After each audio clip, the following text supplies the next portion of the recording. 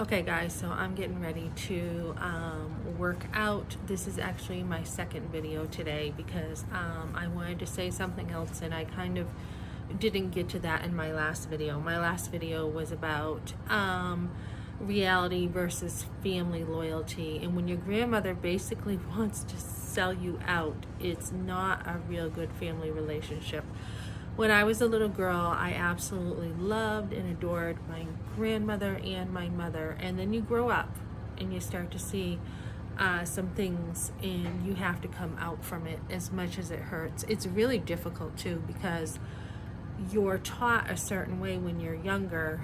And then when you start seeing truth, that is a whole different ball game where you have to choose whether you're going to stay in a dark place with your family and be loyal to your family, or whether you're going to choose to walk in truth. And it's really, really difficult to do. It's a lot of deep work. Like, you know what, name it, and I've been through it. I really feel like I have.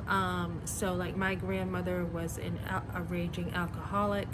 I loved her as a little girl. I didn't know, obviously, as a little girl, God puts in little girls to love their mother and to love their grandmother and to love your dad. And then as you get older, you are supposed to be, that's something we take for granted as parents. Like God designs kids to love their parents. But as you get older, you're supposed to be able to have a relationship. And that's kind of what the relationship is, what you're building on. And if you can't have that relationship, or if it's toxic and you're like, oh wow, my grandmother is like this, she sleeps around with a bunch of men. And my Uncle Bill told me, he was outside one day, he didn't know where his mother was, and he looked in the pop-up tent and she was with another man.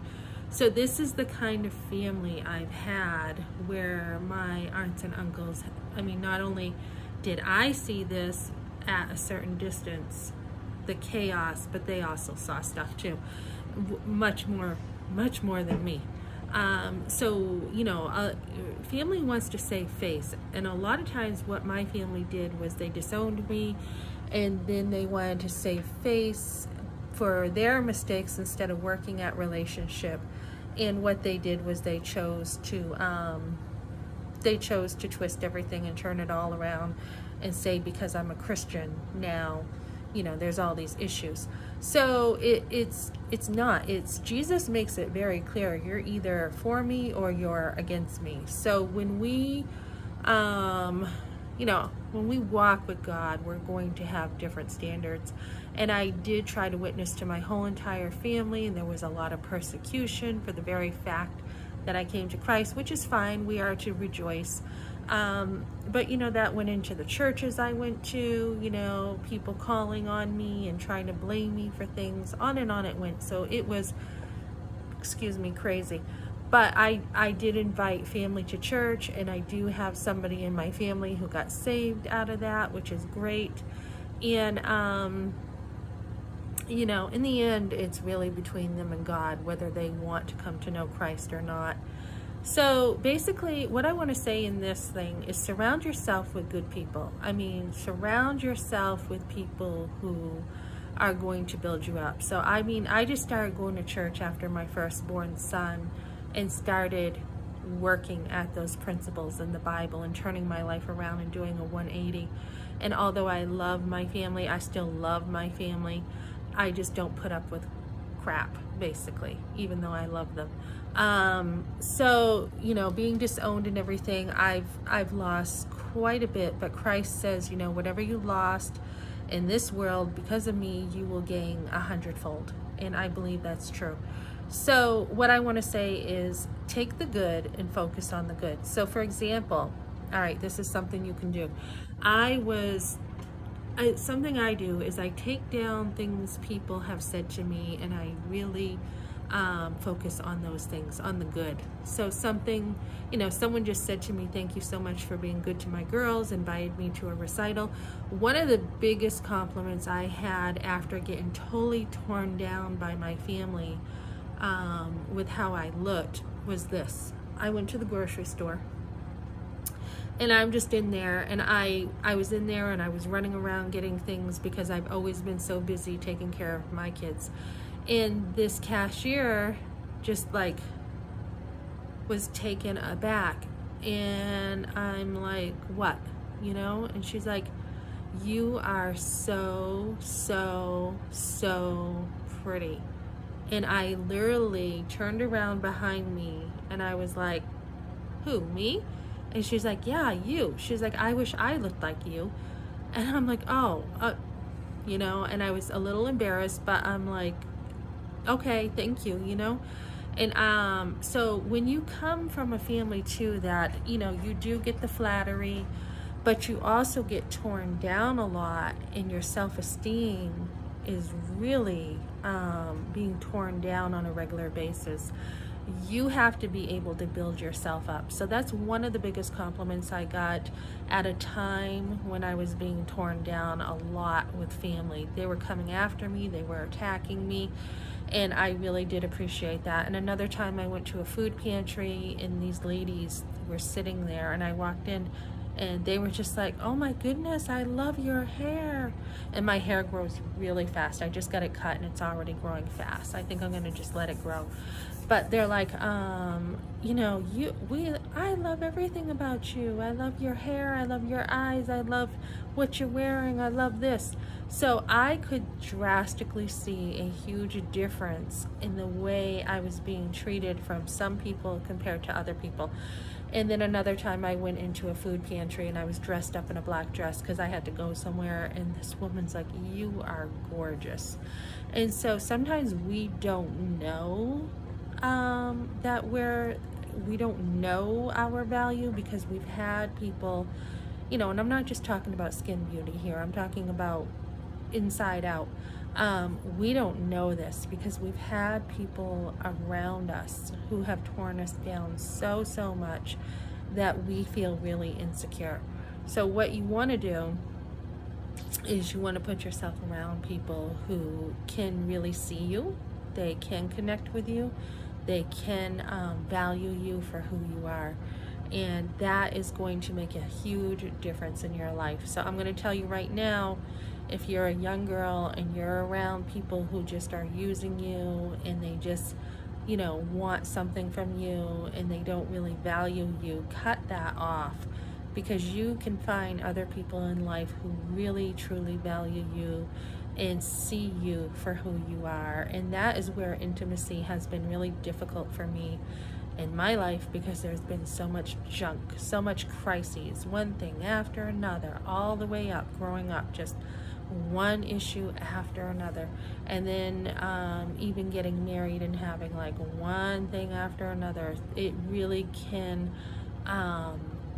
you know, block those healthy connections where you can feel really secure. You can feel like there are people out there who are totally committed and they don't leave you.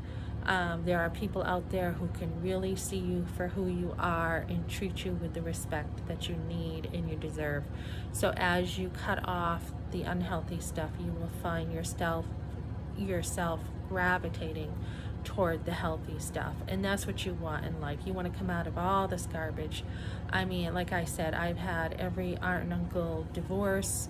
I didn't really have a good example of marriage, and that's why I tend to be, you know, I'm tending to hang in there with my marriage, because I didn't want to be somebody who had a divorce. I also have seen things like even like at menopause time, my great aunt and uncle Jimmy and Judy were married for like 25 years. And then she just went wild, was the rumor in the family, and wanted her freedom. So there is so much, and even if you haven't done it, the people around you, there is so much chaos. And another thing that happened with talking about family loyalty is I was probably like 12, and I had a cousin not only, you know, we were downstairs playing, and he kind of just, you know, I don't know what he was thinking. He was like 18 or something, and he got me on the bed and he was kissing me, and I ended up just going upstairs and getting away from him. And he you know, I remember this, I was eating a popsicle in front of the chivvy watching Benson at the time, and my mother kept saying, "What's the matter? Why are you so quiet? Go downstairs and play with your brother and, you know, so-and-so." And I'm like, "No, I'm okay." "Why don't you want to go downstairs and play?" I'm like, "No, I'm okay." You know, and I was just really, really quiet because I was scared. And so I came out and told my mother what had happened, and my father got involved and said, "You will never, ever, ever come to this home again." And he was never allowed to come over again. And that was the end of it. To this day, they still, you know, family is still connected with that. But sometimes there is a compromise of who you are too, because of what someone else has done. And, you know, they just want to save face, and they don't want to really care enough about,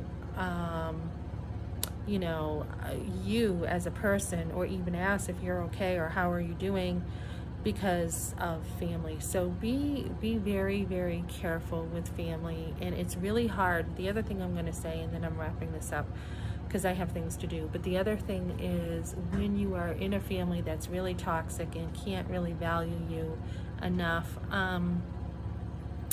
is that a lot of times when you're in this type of family and then you go into church and you're trying to connect with other people and you're trying to be a family in a church, which is what you're supposed to do when you go to church. You're supposed to have like family relationships. It can be really hard for people who go to church and they don't even want to, God the Father is like a total turn off. Calling God Abba, that can be a total turn off. Being with other Christians and you've had such a bad, you know, experience with family, betrayal, using you, all those things, putting you down, and then you're supposed to go to church and have a family. The very word family can turn you off.